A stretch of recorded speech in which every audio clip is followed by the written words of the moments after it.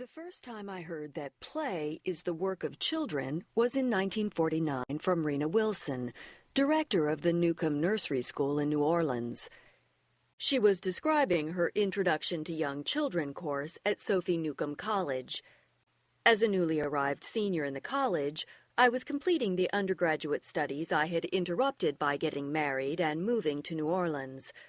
I hadn't yet decided to become a teacher, but it seemed a good idea to learn something about little children, and Miss Wilson promised us a view into the very heart of early childhood. After the children went home, our class sat on the child-sized chairs in the nursery school, our minds still puzzling over what we had observed there earlier in the day. Miss Wilson had told us, "You are watching the only age group in school that is always busy making up its own work assignments. It looks and sounds like play, yet we properly call this play the work of children. Why?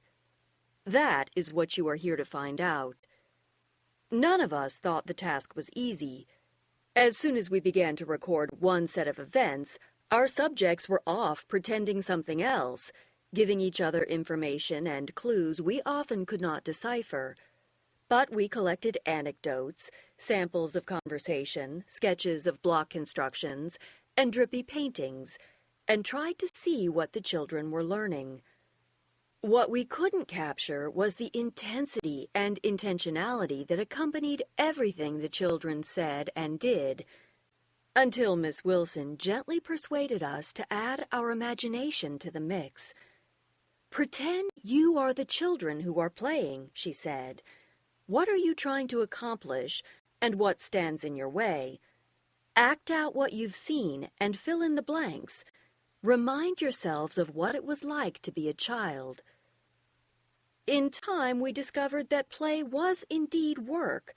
First, there was the business of deciding who to be, and who the others must be, and what the environment is to look like, and when it is time to change the scene. Then there was the even bigger problem of getting others to listen to you and accept your point of view, while keeping the integrity of the make-believe, the commitment of the other players, and perhaps the loyalty of a best friend. Oddly enough, the hardest part of the play for us to reproduce or invent were the fantasies themselves. Ours were never as convincing or interesting as the children's. It took us a great deal of practice to do what was, well, child's play in the nursery. More than 50 years have passed since Rena Wilson led her children and their teachers, plus several generations of college students, in the daily celebration of play. What would she make of today's revision of priorities in our nation's early childhood centers and kindergartens, where lessons have begun to replace play as the centerpiece of community life? Is it possible, she might ask, that work is now the play of children? No, this will never do. We must begin again to watch and listen to the children. We have forgotten what it is like to be a child. We will need to go beyond watching, listening, and remembering, however, if our children are to be revealed as the same original thinkers and actors they were in Rena Wilson's day. In documenting and dramatizing their language, lore, and literary strivings, my purpose is to examine their curriculum in its natural form, much as they study one another through the medium of their play. If my narrative travels back and forth between generations, it is because this fantasy play remains amazingly constant. The children you will meet in Nisha Ruparel Sen's kindergarten are little different from those I taught in the same school 30 years earlier.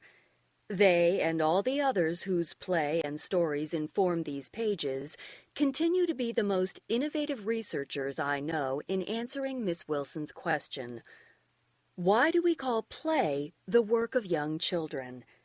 Furthermore, why not call play the work of teachers as well?